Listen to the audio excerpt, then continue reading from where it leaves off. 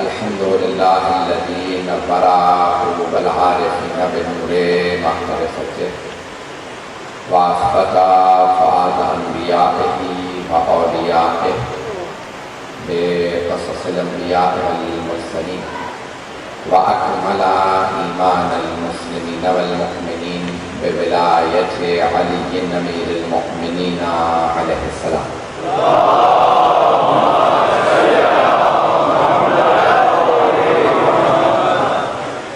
والصلاة والسلام والتحية والإكرام على أفضل الموجودات العبد المؤيد والرسول المسدد المصطفى الأمجد المحمود الأحمد أعني أبا القاسم محمد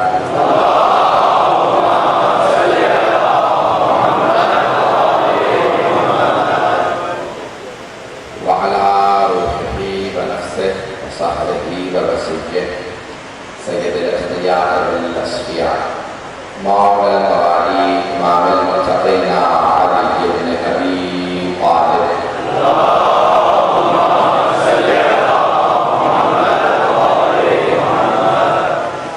وعلى أصفيائه لا سيما بقية الله في الأرضين روحي وأرواح العالمين لتراب مقدم الجلال واللعنة الدائمة على أعدائهم أجمعين من الآخرة يوم الدين.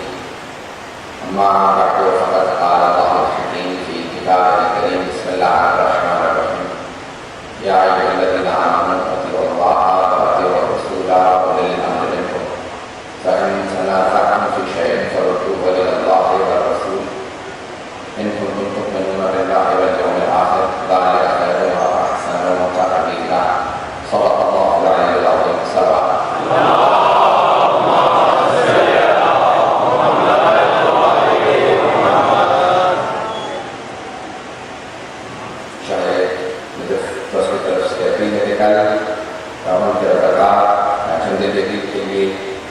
موجود ہوں گے دروازہ پر ٹینٹ لگایا جائے گا، آپ اس میں مشرف حصہ لیجیے گا. جو بھی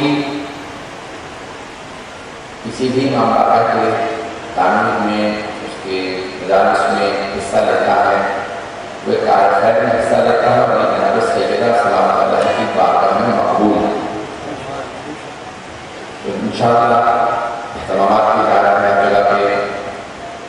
میں نے جس موضوع کو شروع کیا تھا گزارے رہتے ہیں اقامت کے عنوان سے سلسلے کی چوتھی مجلس ہے. خدا تعالیٰ نے ہمیں حکم دیا ہے یا یہ نام پوری دنیا میں آج کچھ لوگ یہ پروپیگنڈا کرتے ہیں بہت زیادہ اور اسلامی ممالک میں پروپیگنڈا آ گیا کہ دین و مذہب ختم ہو رہا ہے اور نادینی آ رہے ہیں اور لوگ ایتھیسٹ ہو رہے ہیں، لوگ دین کی عمل نہیں کرتے، لوگ دین کو نہیں مانتے، لوگ خدا کو نہیں مانتے، انبیاء کو نہیں مانتے. اگر آپ لوگ جو امریکہ نے سٹیٹسٹکس دیے ہیں جو آداد و شمار ہیں اگر اس کو دیکھیں گے تو وہ خود جو انہوں نے اپنے آداد و شمار دیے اس میں کہتے ہیں کہ 31% سے زیادہ دنیا کی آبادی عیسائی ہے، 25% مسلمان ہیں اور صرف 55% تو صرف عیسائی اور مسلمان. دنیا کی آبادی کے 55% صرف یہ عیسائی ہیں کہ مسلمان ہیں. اس کے علاوہ ہندو ہیں، بدھ کے ماننے والے ہیں، یہودی ہیں، مختلف ادیان ہیں اور ان میں سے اکثر ایک خدا کے ماننے والے ہیں. توجہ ہے صاحب؟ چاہے ہندو کو مشرک کہتے ہیں، جب ان سے آپ بات کیجیے تو وہ ہمیشہ یہی کہتے ہیں اوپر مانا ایک ہے. سکھ بھی ایک رب کا تصور رکھتے ہیں، یہودی بھی ایک خدا کا تصور رکھتے ہیں. یہ اور بات ہے عیسائی تثلیث کے قائل ہیں، ٹرینٹی کے قائل ہیں، تین کہ خدا پاک ہے، حضرت عیسیٰ بیٹے ہیں، روح القدس. لیکن اگر پوچھو خدا کہتے ہیں تو ہمیشہ یہی کہتے ہیں خدا ایک ہے. تو پوری دنیا میں 80-85% سے دنیا کی جو آبادی ہے وہ ابھی بھی دین و مذہب کی ماننے والی ہے، ایک خدا کی ماننے والی ہے. اتنے پروپیگنڈے کے باوجود، اتنی تبلیغات کے باوجود یہ خدا نہیں ہے، خدا کا نام مانو آنکھ پھر بھی سب تبلیغات کے باوجود، پروپیگنڈے کے باوجود خدا کے ماننے والے پھر بھی زیادہ. اس کا مطلب ہے جتنی بھی لادینیت ہو جائے دنیا کے اندر دین کی جگہ صرف دین ہی لیتا. جملہ میں کہتے ہیں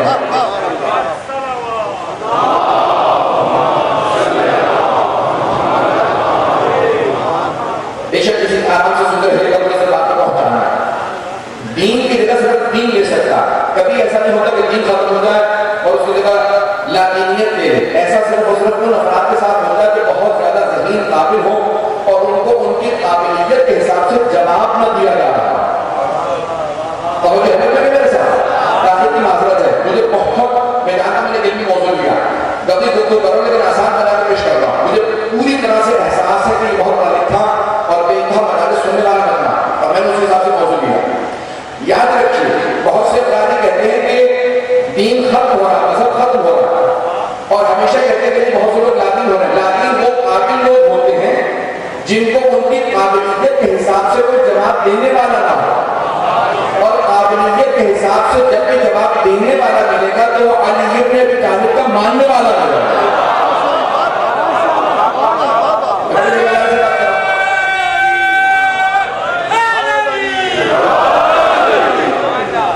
میرے تمام بھائی ہمارے یہاں خوشی میں آئے میرے تمام بھائی کہ اپنے بھائی موجود ہیں.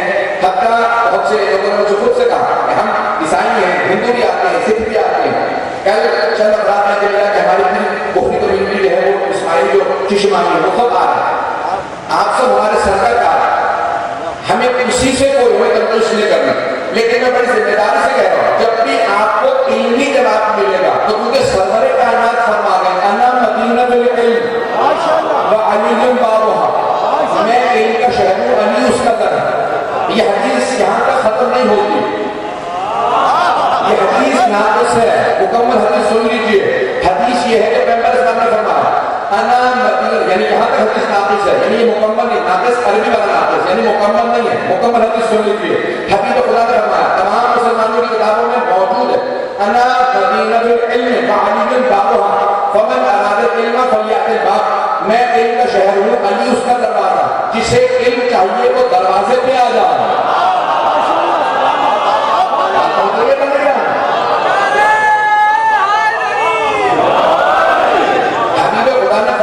جسے بھی علم چاہیے وہ در پہ آ جائے. علم چاہیے علم چاہیے. فمن اراد العلم جو ارادہ رکھے مجھے علم مل جائے اسے در پہ بلایا. در پہ بلایا تاکہ اگر بات کی حدیث میں اضافہ ہو جائے دیواروں کا چھتکا تو سمجھا کے دیواروں سے نہ آنا, چھتوں پہ نہ آنا, پنالوں پہ نہ جانا, در پہ آنا.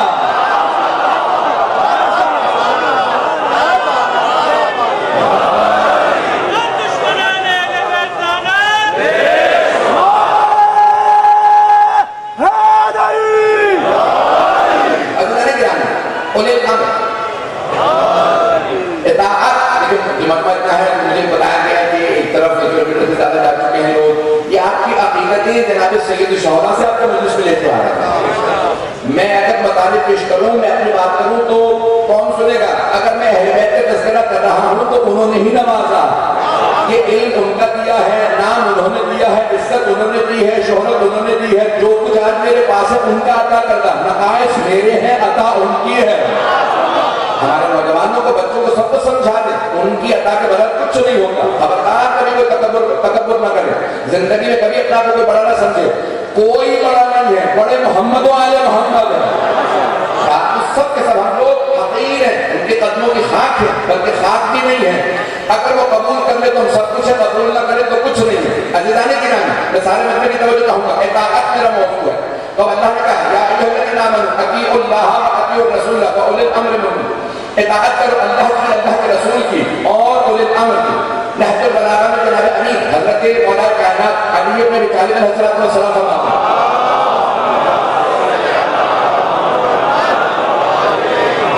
ہیں مجلس میں بھی آرام سے پڑھ سکتا ہوں. آرام سے بڑھا دیں, آرام سے بولتا رہوں, نہ کوئی زور لگاؤں نہ کچھ. نہ مجھ میں وہ ثواب مجھے ملے گا. یہ جتنا میں زور لگا رہا ہوں میں بھی ان کی بنیاد کو آپ میں لگا رہا ہوں. تو یہ مجھے بھی پورا احساس ہے کہ مجھے پورا زور جو لگا کے پیش کرنا ہے. حتیٰ جناب مولا کائنات جب خود خطبے کے لیے آتے تھے کوفے کے اندر تو حضرت ساسد میں سہان, ان کے ایک صحابی تھے ساسد میں سہان.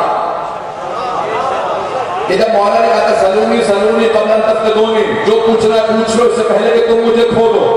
تو جناب ساسا نے پوچھا تھا آپ افضل ہیں یا آدم افضل ہیں؟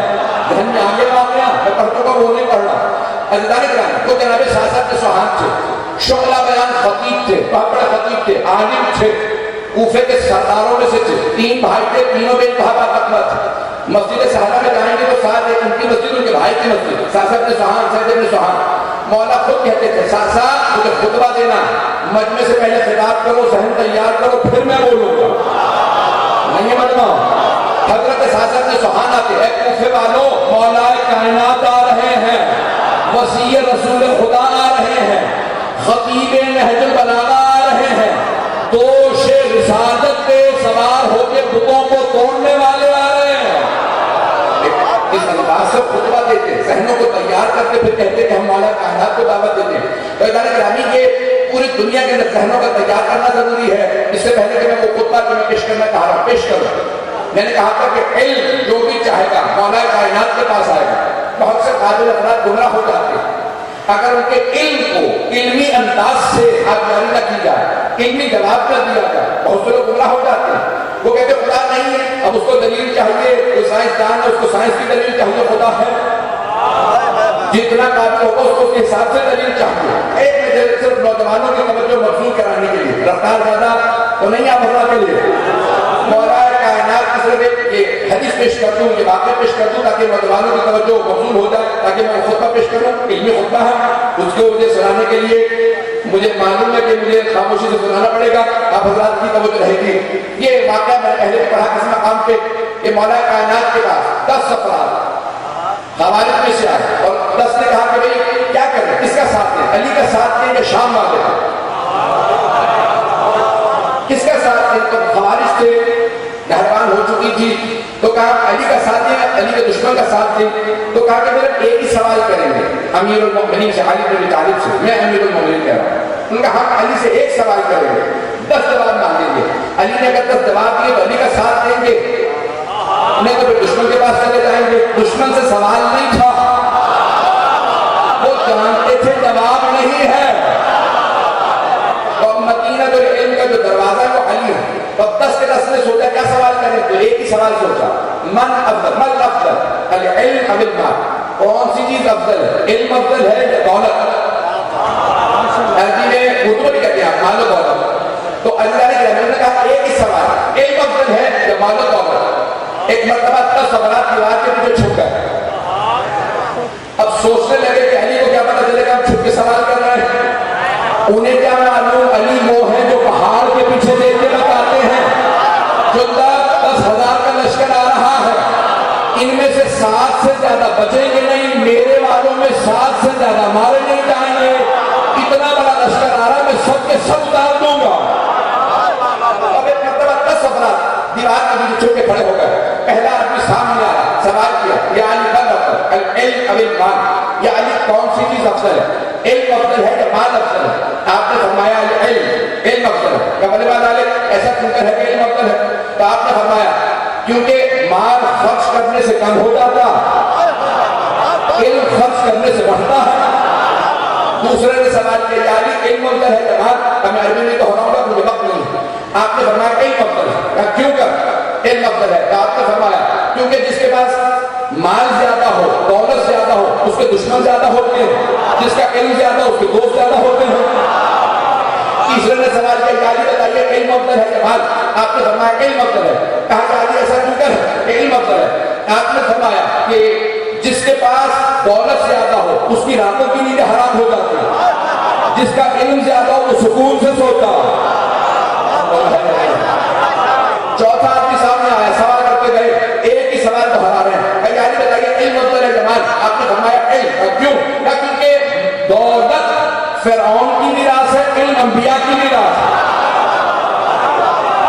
بعض آدمی سامنے مجھے تبدیلی آتی ہے, پھر ایک آدمی آتی ہے, علی بتائیے علم افضل ہے یا مال؟ آپ نے فرمایا علم دولت سے افضل ہے. کیوں؟ کیونکہ جس کے پاس دولت زیادہ ہوتی ہے وہ کہتا ہے انا ربکم الاعلی, میں تمہارا خدا. جس کا علم زیادہ ہو وہ کہتا ہے الہی ما عبدناک حق عبادت, پروردگارا تیری عبادت کا حق ادا نہ ہو سکا. 10 افراد آ کے سوال کرتے رہے, مولا نئے جواب دیتے رہے. 10 کے 10 نے کہا کہ علی اب ہم آپ کے ساتھ ہیں, مولانا نے کہا کیوں؟ کہا کیونکہ آپ نے ایک ہی سوال کی 10 نئی دلیلیں دی ہیں۔ مولانا نے کہا تم 10 پہ راضی ہو گئے؟ اگر تم یہی سوال قیامت تک پوچھتے رہتے میں نیا جواب دیتا رہتا۔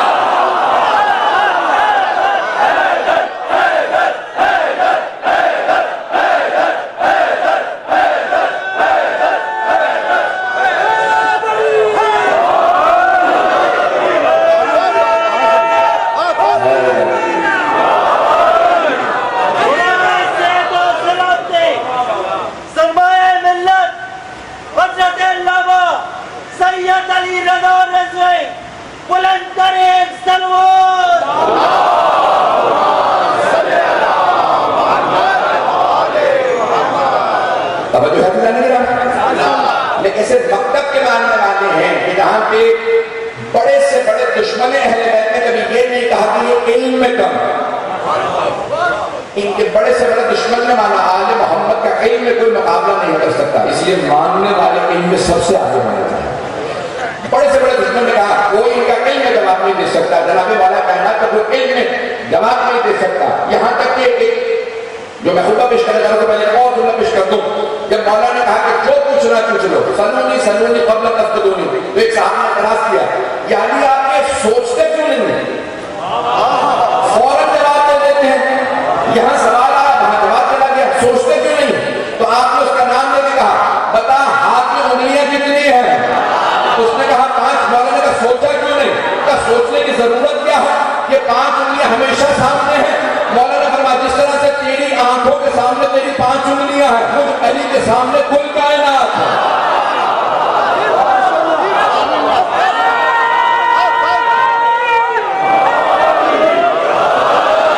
اللہ نے گرامی ہم آل محمد کے مانگنے والے ہیں، تو آپ نے فرمایا میں خطبہ جو پیش کرنے جا رہا ہوں اطاعت کے عنوان سے سنیے گا، مجھے سارے مجمع کی توجہ چاہیے کہ اطاعت کے عنوان سے مولا کائنات نے فرمایا، کل چودہ کا سامنے والی ہے کہ ساری میں تفریح بات رہا ہوں، کل کی گفتگو سنیے گا، اور انچولی میں کل انشاءاللہ تقریر ایسی کروں گا کہ میں چاہوں گا پورا کراچی سننے بلکہ پورا پاکستان، اور اگر ہو سکے تو پوری دنیا کو سناؤ کہ قرآن اور اہل بیت نے کیا کہا، حکمرانی کیسی ہونی چاہیے۔ تو انشاءاللہ کل پیش کروں گا وہاں، لیکن آج سن لیجیے جنت تعلق اقوالا سلام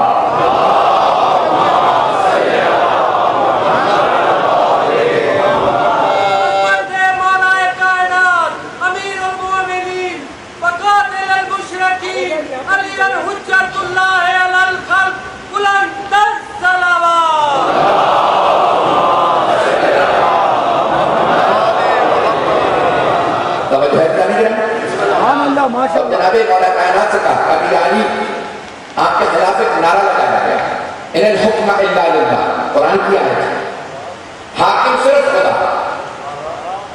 کہ علی آپ کے خلاف کس نے نعرہ لگایا؟ خوارج نے۔ خوارج سمجھتے ہیں جو امام معصوم کے خلاف خروج کرتے، جیسے کربلا میں آنے والے سید الشہداء کے خلاف انہوں نے خروج کیا، انہوں نے خروج کیا، وہ کہتے تھے ہم حسین تیری کو مارتے، جو جناب امام کے خلاف خروج کرے، رسول خدا کے خلاف یا امام معصوم کے خلاف خروج کرے، خروج یعنی جنگ کے لیے نکلے، تو وہ چاہے کلمہ پڑھتا ہو، نماز پڑھتا ہو، روزہ رکھتا ہو، حج کر رکھا ہو، داڑھی لمبی ہو، پیشانی میں سجدے کے نشان ہو، حافظ قرآن ہو، چاہے ساری دنیا کا علم اس کے پاس ہو، صفا مروہ میں مارا جائے جنت کی بو نہ سونگے گا، کیونکہ آل محمد کا دشمن ہے۔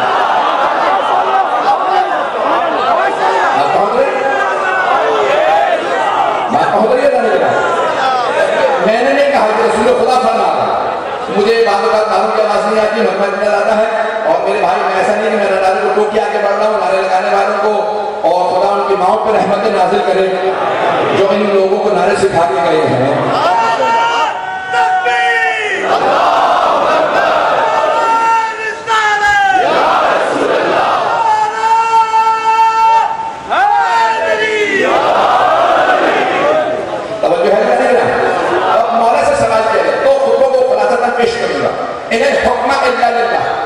یعنی خوارج نے آپ کے خلاف نعرہ لگایا، حاکم کوئی نہیں ہے سوائے خدا کے، ہم علی کو حاکم نہیں مانتے۔ مولا آپ کا جواب کیا ہے؟ تو آپ نے فرمایا کلمہ حق یراد بہ الباطل، کلمہ حق ہے کیونکہ قرآن کی آیت ہے، لیکن ان کی مراد باطل ہے۔ توجہ ہو یہ سارے مطلب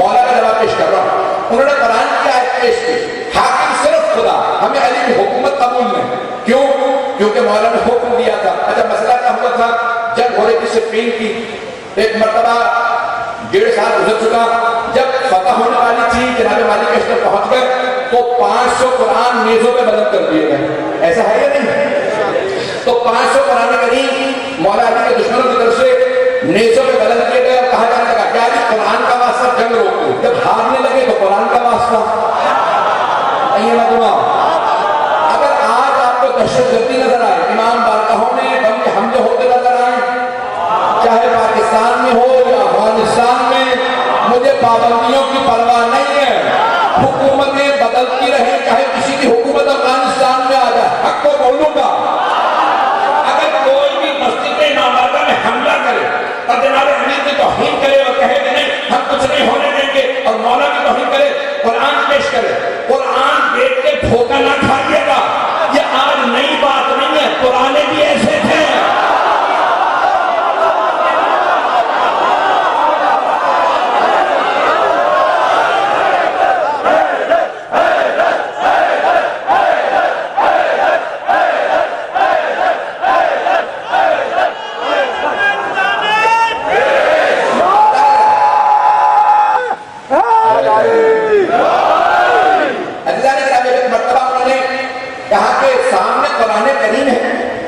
یعنی آپ کیوں نہیں کہتے اپنی فوج سے مالک اشتر کو روکیے, ایک حملہ بند کرے.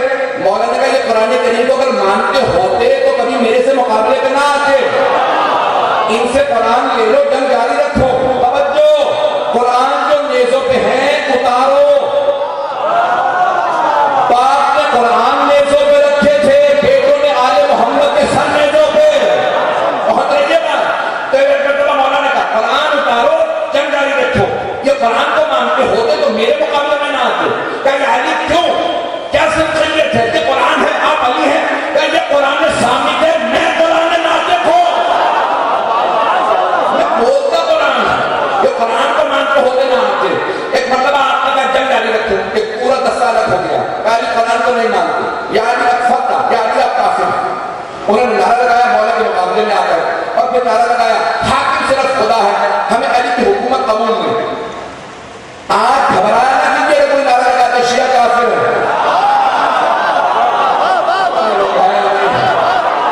بہت سے لوگ کہتے ہیں شیعہ کافر ہے. کوئی مولا مشکل کشا جن کے لیے رسول خدا نے فرمایا علی کل ایمان ہے.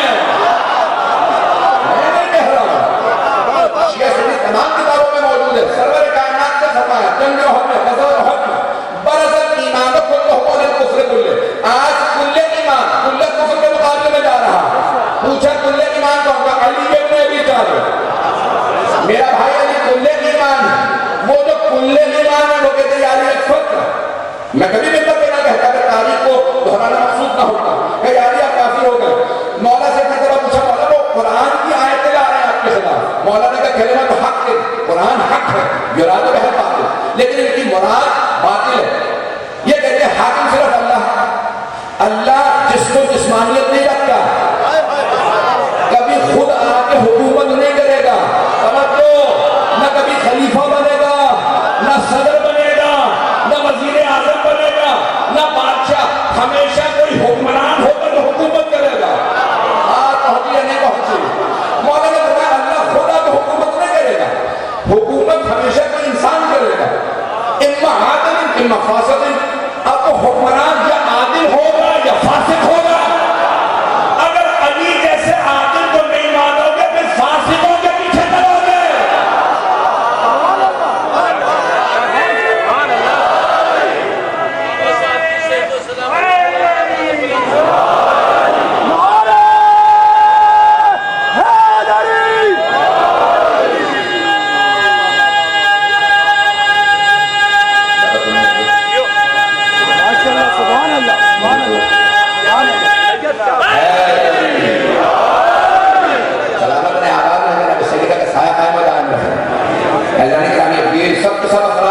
جناب امیر کے خلاف نعرہ بلند کر رہے تھے, یعنی حکومت صرف اللہ کی.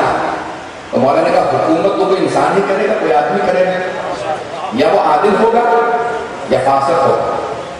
عادل ہو. اب توجہ سنیے کہ میں جو علمی خلاصہ پیش کر رہا ہوں, اپنی راہ میرے پاس تفصیل میں جا سکتا.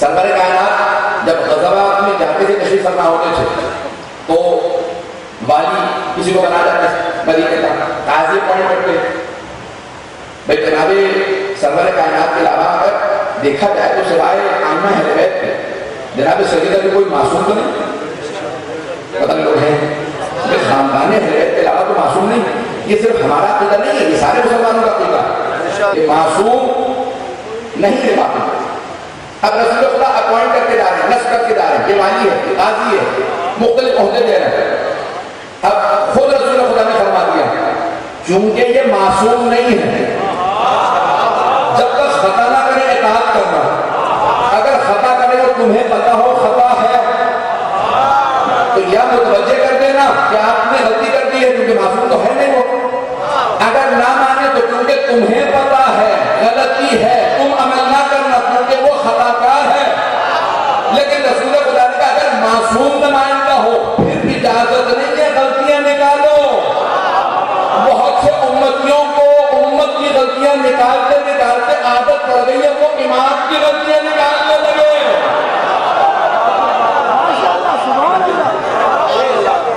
بات پہنچ رہی ہے جناب امیر نے فرمایا حاکم اگر اللہ سبحانہ وتعالیٰ کی طرف سے معصوم ہے اس کے سامنے انسان جھک جائے پھر سوال نہیں اٹھا سکتا پھر امام جو کہتے ویسا ہی کرتا اور رسول اکرم صلی اللہ علیہ وسلم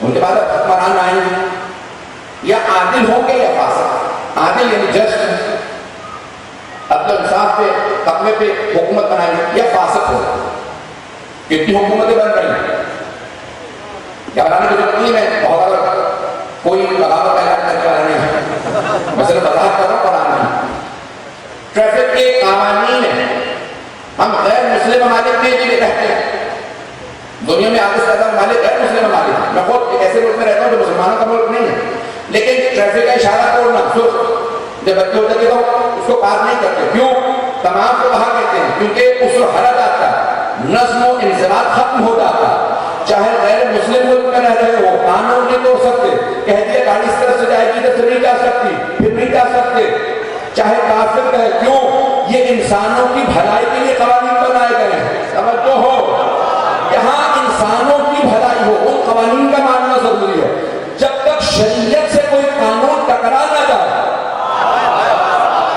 تب تک قانون کا مانا کافر و مشرک ملک میں بھی رہو تو چوری نہیں کر سکتے جھوٹ نہیں بول سکتے یہ تمام شیخ باہر نے فرمایا کیوں ائمہ نے فرمایا رسول خدا کی دو زندگیاں مکی زندگی مدنی زندگی مکے میں مشرکین و کفار کے درمیان تھے مدینے میں مسلمانوں کے درمیان مکے میں صادقوں میں مشہور تھے مشرکین و کفار کے درمیان میں بھی رسول خدا نے نہ جھوٹ بولا نہ خیانت کی لوگ ہیں یا نہیں خبردار کوئی آپ کو نہ بتائے کہ نہیں آپ مشرکین سے کفار سے جھوٹ و خیانت کر سکتے ہیں نہیں کر سکتے اگر بات پہنچ رہی ہے آپ کا کردار بتائے گا آپ کسی ہندو معاشرے میں رہیں یہودی معاشرے میں رہیں عیسائی معاشرے میں رہیں کردار بتائے جو محمد مصطفیٰ کے ماننے والے ہیں آپ مسلمان معاشرے میں رہیں کردار آپ کا بتائے گا یہ علی مرتضیٰ کے ماننے والے ہیں مزدور بھی ہو تو کہیں نہیں مزدوری پوری کرتا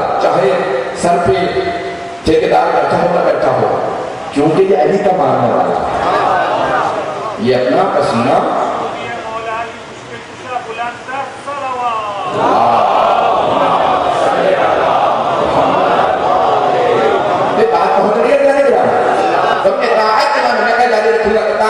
امام معصوم کی واجب ہے امام معصوم کے اطاعت پہ سوال نہیں اٹھا سکتے اگر کوئی نادانی میں سوال اٹھا دے تو توبہ واجب ہے اور اگر کوئی سمجھتے ہوئے سوجھ بوجھ کے ساتھ اعتراض اٹھائے تو کئی مرتبہ دین سے خارج ہو جاتا توجہ میں گھبرا کے سن رہا میں آیت پیش کر رہا سارے کلمے کی توجہ رہے یا الذین آمنوا لا تقدموا بین یدی اللہ ورسولہ اے ایمان والو اللہ اور اللہ کے رسول پہ سبقت حاصل نہ کرو سبقت حاصل نہ کرو یذهب ایمانکم وانتم لا تعلمون تمہیں پتہ بھی نہیں چلے گا تمہارا ایمان ضائع ہو جائے گا مجمع توجہ کرے گا اے ایمان والو اللہ پہ اللہ کے رسول پہ سبقت حاصل نہ کرو رسول اور ان کی آل پہ کوئی شفقت لے، کبھی کوئی ابا کھینچے، کبھی کوئی ساتھ میں کھڑا ہو جائے، مشورہ دینے کی جسارت کرے، اپنے انداز سے منوانے پہ زور دے، سمجھ لو شفقت لے رہا۔ پیغمبر اللہ کہہ رہا ہے خبردار میرے حبیب پہ شفقت نہ لینا، تمہیں پتہ بھی نہیں چلے گا، ایمان چلا جائے گا۔ ایمان اس کا باقی جو علی کا مان لو۔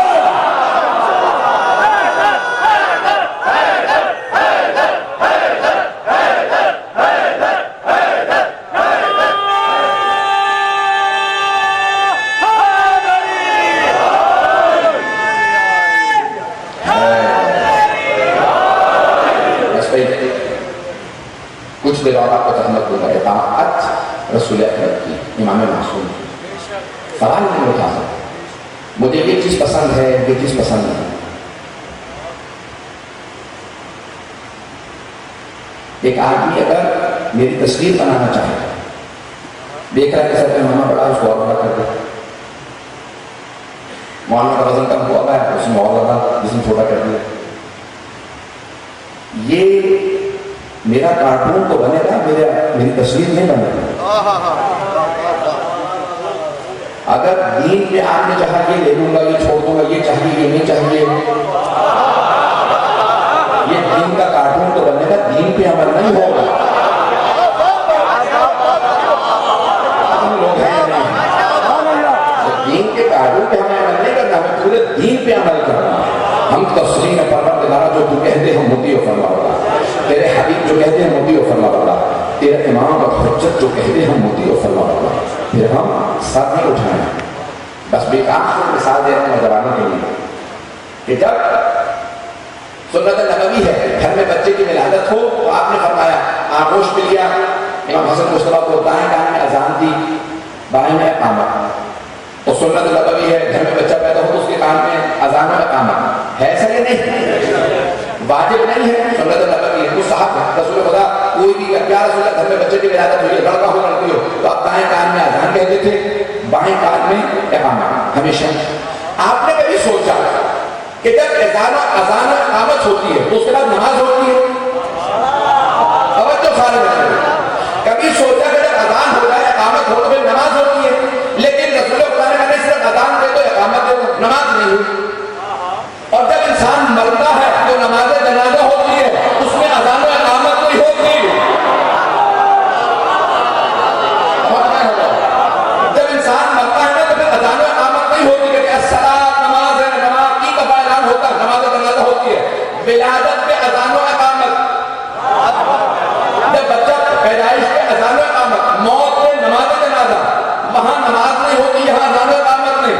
سمجھانا خدا کے تحرائے زندگی اپنی مرضی کی نہ گزارو، جتنا اذان و اقامت سے لے کے نماز میں فاصلہ ہوتا ہے یہ زندگی بس اتنی ہی ہے۔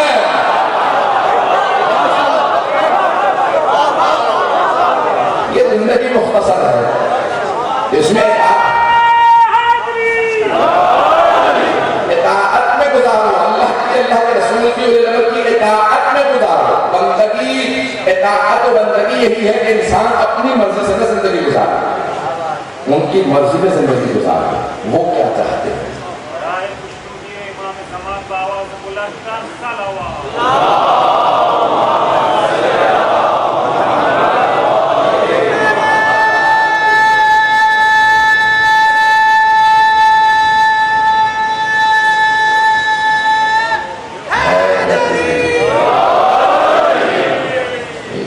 جناب سید اکثر لوگوں کو سلام کرتے ہیں، عزیزان گرامی پوری دنیا میں آپ چلے جائیں احترام کرو، کورونا وائرس کے سے کتنے لاک ڈاؤن میں کیا کچھ ہے، آج دنیا میں نفسیاتی مریض لوگ بڑھ رہے ہیں، بے انتہا لوگ پریشان ہو رہے ہیں، صرف ایک ہی حل ہے، تمام بیماریوں کا ایک ہی حل ہے، وہ ہے ذکر محمد و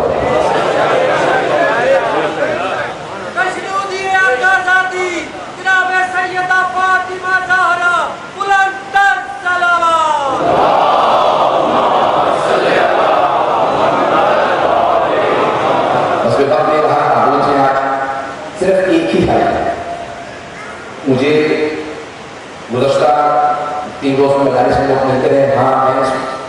ہیں اس کا ماہر، آپ نے یہ کہا جو اچھا لگا، فزکس کا بتایا، مختلف لوگ دیتے رہتے ہیں۔ بڑے بڑے ماہر ڈاکٹر کیا کہتے ہیں، مریض صرف وہی ٹھیک ہوتا ہے جو نفسیاتی جنگ کرنا چاہتا ہے، جو بیماری سے ہار مان لے وہ کبھی بھی شفایاب نہیں ہوتا۔ اور آل محمد سے زیادہ پریشانیوں سے لڑنا کسی نے سکھایا ہی نہیں کہ 72 کو لے کے سیلیبس سے بتا اتنے بڑے لشکر کے مقابلے میں کھڑے ہو کے بیٹھے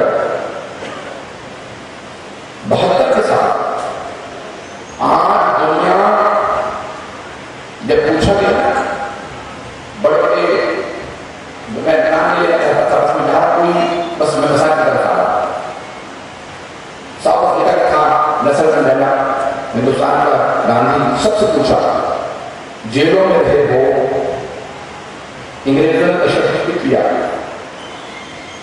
یہ انقلاب کا جذبہ پیدا کہاں سے ہوا؟ کافروں پر نے ایک ہی جملہ تھا، حسین ابن علی سے۔ ادھر ہم نے دیکھا کہ 72 کے ساتھ ایک آدمی پورے لشکر کے مقابلے میں کھڑا اور سب نے ایک ہی جملہ لکھا، مقاتل نبی سن، کہ جیسے جیسے دن گزر رہا تھا حسین ابن علی کے چہرے کا جلال بڑھ رہا تھا، بھوک و پیاس کی کمزوری نہیں آ رہی تھی، بار بار کہتے تھے پروردگارا تیرا بندہ تیری بارگاہ میں حاضر ہے، کہیں کمزوری نہیں تھی۔ اور پھر جب کوفے لشکر پہنچا اسیروں کا شہداء کے ساتھ نیزوں پہ لڑا، تو کسی کوفی نے کہا تم نے بچوں تک کو مار دیا، یہ بچوں کے ساتھ نیزوں پہ آ گئے۔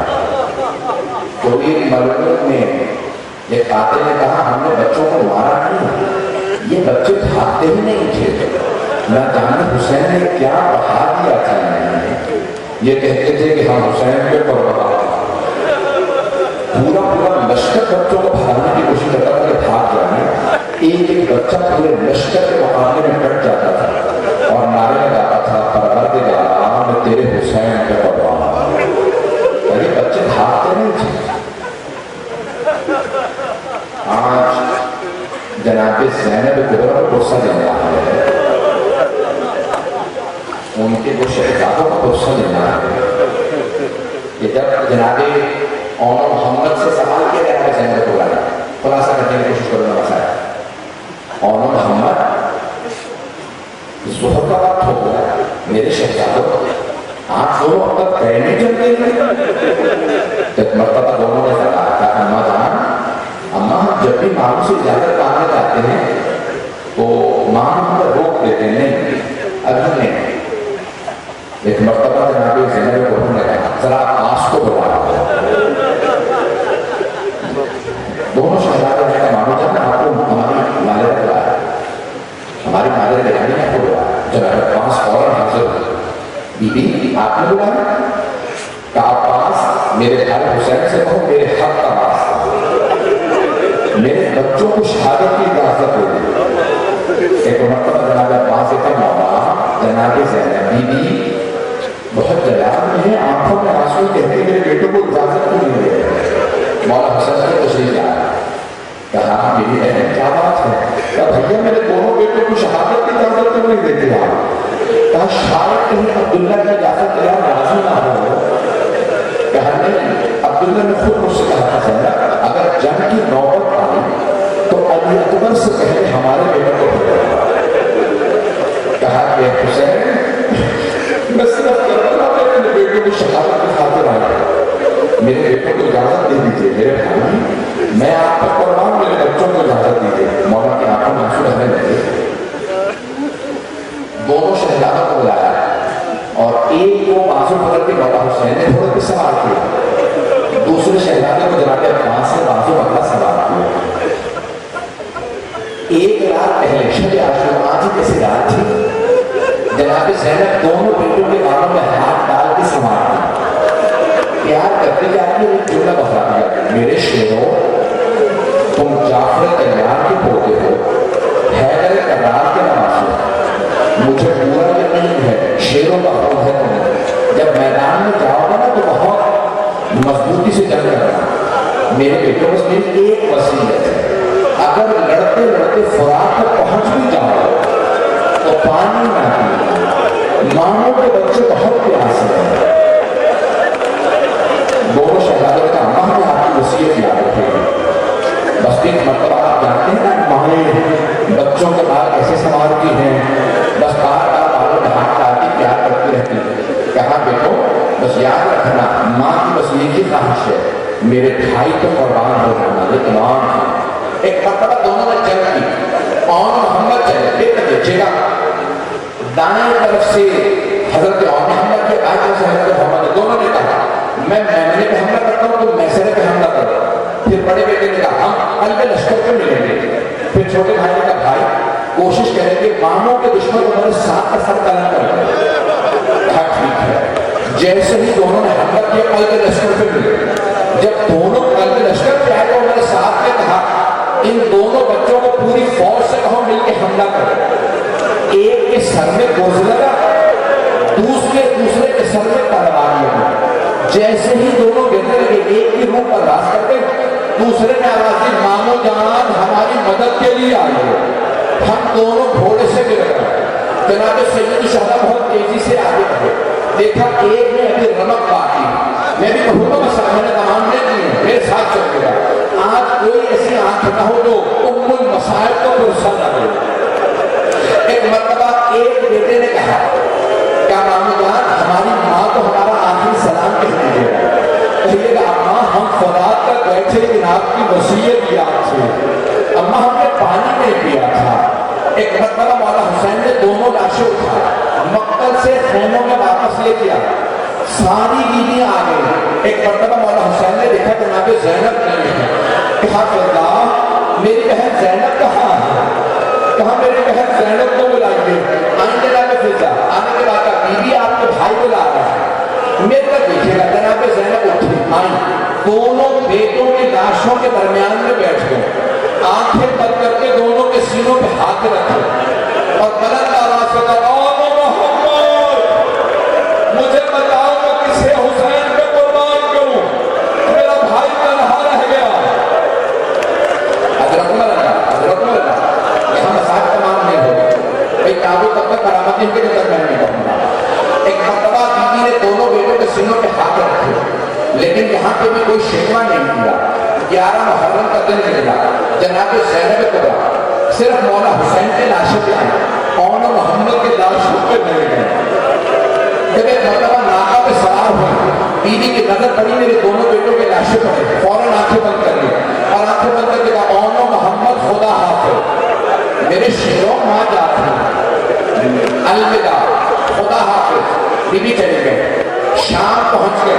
شام پہنچنے کے بعد عزیزی ختم ہو گئی، رہائی مل گئی، شہداء کے سر واپس آنے لگے۔ جیسے ہی اونو محمد کے سر آئے، بیوی نے سر جھکا دیا، سروں کا لانے والا بلند آواز سے چیخنے لگا ان دو سروں کی وارثہ کون ہے؟ سب بیویوں نے جناب زینب کو دیکھا، بیوی نے کچھ نہیں کہا۔ اس نے دوسری دفعہ پوچھا، پھر کہا مجھے اتنا بتا دو کیا ان دو سروں کی وارثہ خیموں میں گل کے مر گئی ہے؟ اب جناب فضا سے رہا نہیں گیا، کہ یہ تو سر مجھے دے دو، یہ میری آقا زادی کے بیٹے، کہ بیوی بیٹوں سے ودا تو کر لی۔ جناب زینب نے فرمایا فضا میں علی کی بیٹی ہوں، صدقہ دے کے واپس نہیں لیتی، میں نے دونوں بیٹے حسین کا صدقہ دے دیا۔ رہائی مل گئی، بیوی نے بیٹوں پہ گریہ نہیں کیا، رونا اپنے اپنے نصیب کا ہے، نہ جانے ہم نے اگلے برس کون ہو کون نہ ہو۔ آج جناب زینب کو کھل کے پرسہ دیجیے گا، جناب زینب نے شام کے بیٹوں پہ گریہ نہیں کیا۔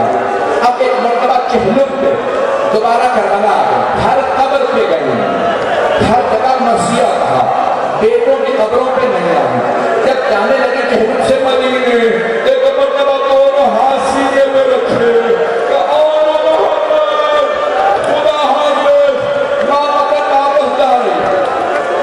ایک مرتبہ بیوی مدینے آ گئی، میرے کو دیکھے گا میں نے آخری دنوں کو پیش کرتا، بیوی مدینے آ گئی، سب سے پہلے نانا کے روزے پہ گئے، نانا کے روزے پہ آئے، دونوں ہاتھ دروازے پہ رکھے، بلند آواز سے رو کے کہا یا جدہ انی معیت الیک ببلدک الحسین، نانا میں آپ کے نواسے حسین کی سنانی لائی ہوں۔ نانا میں 70 قدم کے فاصلے پہ کھڑی دیکھ رہی تھی، جب شیو سینے پہ سوار ہوا، حسین کی نیش مبارک میں ہاتھ ڈالا. نانا جب خنجر چلایا میں نے گھوڑے کا دامن پھیلا کے کہا اب آپ ہیں کوئی مسلم کیا تمہارے درمیان کوئی مسلمان نہیں ہے کہ تمہارے نبی کا نواسا. نانا کسی نے میری ایک نہ سنی. سارے مدینے والے بلند آواز سے رونے لگے. اتنی بلند آواز سے رو رہے تھے کہ جناب زینب کی آواز نہیں آ رہی تھی. بی بی کی آواز دب گئی تھی. جب سب روتے روتے تھک گئے اور خاموش ہو گئے تو بی بی نے بلند آواز سے جملہ کہا نانا اگر نامحرموں کا مجمع نہ ہوتا میں کلائیوں سے چادر ہٹاتی ہوں. نانا میں بازوؤں کے نیل دکھاتی ہوں. نانا میں دکھاتی میری پشت کے کتنے درے مارے آپ کی امت ہے. حضرت عمر نے کہا میں نے تمام کر دینا تھا لیکن کیا کروں جناب زینب و عمر محمد کے مسائل ختم نہیں ہوتے. ایک مرتبہ جناب سید سجاد کا پھپھی اماں گھر چلیے تب میرا سرکار مجھے کچھ دیر کے لیے میری ماں کی قبر پہ لے چلے. جناب ماں کی قبر پہ آئی اپنے سامان سے کرتا نکالا قبر پہ کرتا بچھایا رو کے کہا اماں یہ آپ کے حسین کا کرتا ہے. قبر پہ زلزلہ سا آنے لگا. بی بی نے رو کے کہا اماں برداشت نہیں ہوا. اماں آپ نے کرتا دیکھا میں نے لاشا پامال ہو گئے. مولا سجاد نے پھوپھی کا بازو پکڑا کہ پھوپھی اماں گھر چلی. جناب زینب آگے گھر کس کے گھر امام حسین کے گھر. بیوی آتی جاتی تھی پرسہ دیتی تھی. بیوی سب سے پرسہ دیتی کہ خبردار مجھے صرف میرے بھائی حسین کا پرسہ دینا کوئی اور محمد کا پرسہ نہ دے.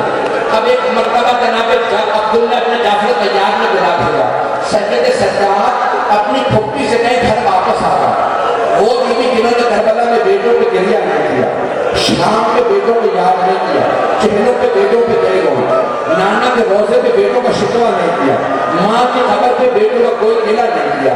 اب لیکن کیسے گھر چلیں گے. بیوی نے بولتا سر پہ رکھا. بیوی کی ٹانگیں لڑکنے لگی کہ بیٹا منہ کو آنے لگا. آخر ماں تھی اب تک برداشت کرتی. جیسے ہی گھر آئی بیوی نے صحن میں دو دروازے بچھی دیکھی. بیوی نے جان نمازیں اٹھائی سینے سے لگائی رو کے کہنے لگی او